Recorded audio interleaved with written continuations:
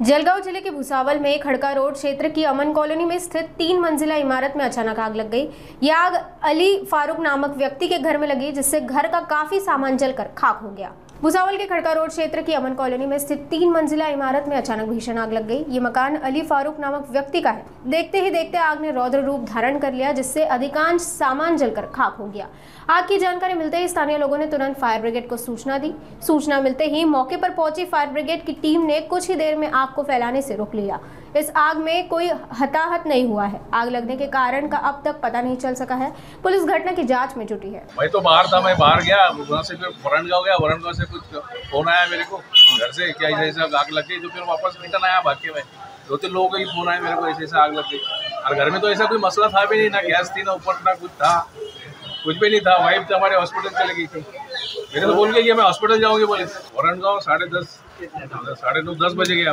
मुझे कुछ भी नहीं पता ना उसके बारे में, मैं कुछ ही नहीं पता। मैं आया, अब भी आया 10 मिनट पहले। नुकसान कुछ नहीं बना, अपना गद्दे वगैरह बाकी ज़्यादा नुकसान नहीं बना। माझं नाव गौरव विजय सपकाळे, नगरपालिका येथे फायरमॅन पदावर मी कार्यरत आहे।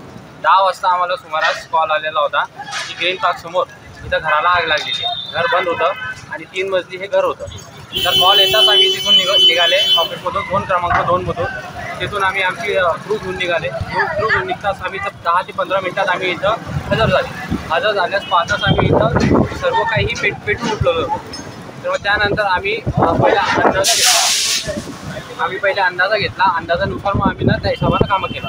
खालचा फ्लोअर, मधला फ्लोअर आणि तिसरा फ्लोअर हे सर्व पेटलेलं होतं। त्यातून एक सिलेंडर आम्ही बाहेर काढलेलं होतं आणि ते रेस्क्यू केलेलं होतं सिलेंडर आम्ही। मग त्यानंतर मग ज्या पद्धतीनं होता येईल त्या पद्धतीनं आम्ही आगीचा कंट्रोल केला। आग ही मोठ्या रूपात होती। त्यानंतर आम्ही झोन क्रमांक 1 मधून आम्ही दुसरी गाडी बोलवली। आमचा दुसरा ग्रुप बोलवला। तो ग्रुप बोलवला असता तिथपर्यंत आगीवर 50 ते 60% नियंत्रण झालेलं होतं। त्यानंतर आमचे टोटल कर्मचारी इथं 20 असे हजर होते। आमचे लीडिंग फायरमॅन दिनेश पुरोहित, सिनियर फायरमॅन रवींद्र पाटील आणि मी फायरमॅन गौरव सपकाळे म्हणून आम्ही सर्व इथं लीड करत होतो। आणि आमच्या नेतृत्वाखाली आमचे 20 कॉन्ट्रॅक्ट पद्धतीत असलेले मुलांनी ही आग विझवण्यात आम्हाला यश मिळालं।